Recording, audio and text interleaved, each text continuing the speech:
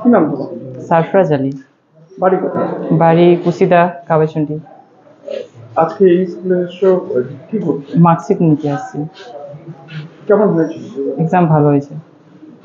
তুমি তো যা শিক্ষকরা বললেন, তোমার নামই বললেন যে তুমি স্কুলে টপার হয়েছো। হ্যাঁ হ্যাঁ।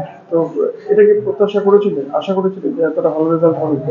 আশা ছিল। এর থেকে একটু কেমিস্ট্রি ফিজিক্স একটু কম হয়েছে ব্যাস। তোমার সায়েন্স গ্রুপ ছিল। হ্যাঁ, সায়েন্স গ্রুপ। এই স্কুলে পড়াশোনা করে তোমার এই রেজাল্ট হুম কেমন লাগছে? খুবই ভালো লাগে স্যার, এটা মানে খুবই আমার জন্য গর্বিত বিষয় এটা। ভবিষ্যতে কি পরিকল্পনা আছে? ভবিষ্যতে নিটের জন্য থাকতে চাই, চিকিৎসক হওয়ার। তো তোমার এই পরিবারে কে কে আছেন এবং পরিবারে কি কাজ করে? পরিবারে বাবা কাজ করে আর মা হাউসওয়াইফ। বাবা কৃষি কাজ করে, কৃষক বাবা। কৃষি কাজ করে এই সফলতা? হ্যাঁ, কৃতিত্ব কাকে দেবে এই সফলতা? সবাইকে দেওয়া যায়, মানে যারা গুরুজন আছে, বাবা স্যার, সবারই মানে গুরুত্ব সবারই অনেক বেশি। সবাই কৃতিত্ব আছে এখানে। আপনার নাম এবং কি দায়িত্ব আছে?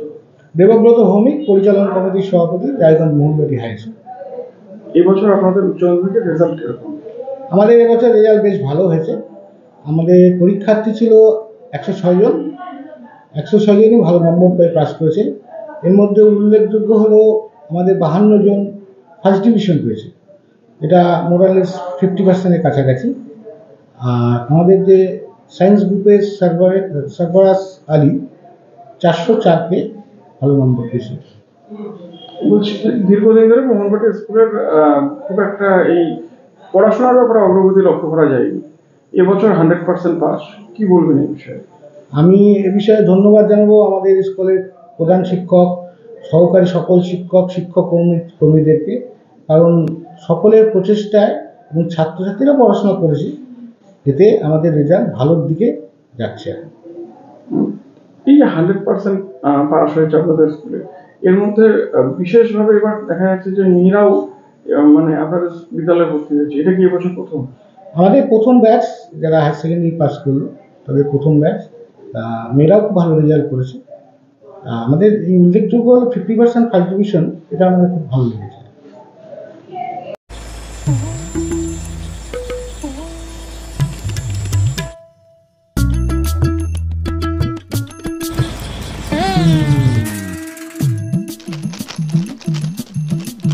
এবারে গরমের হাত থেকে বাঁচতে রিলায়েন্স ডিজিটাল থেকে নিজের জন্য একটি এসি নিয়ে আসুন শুধুমাত্র 1 টাকায়।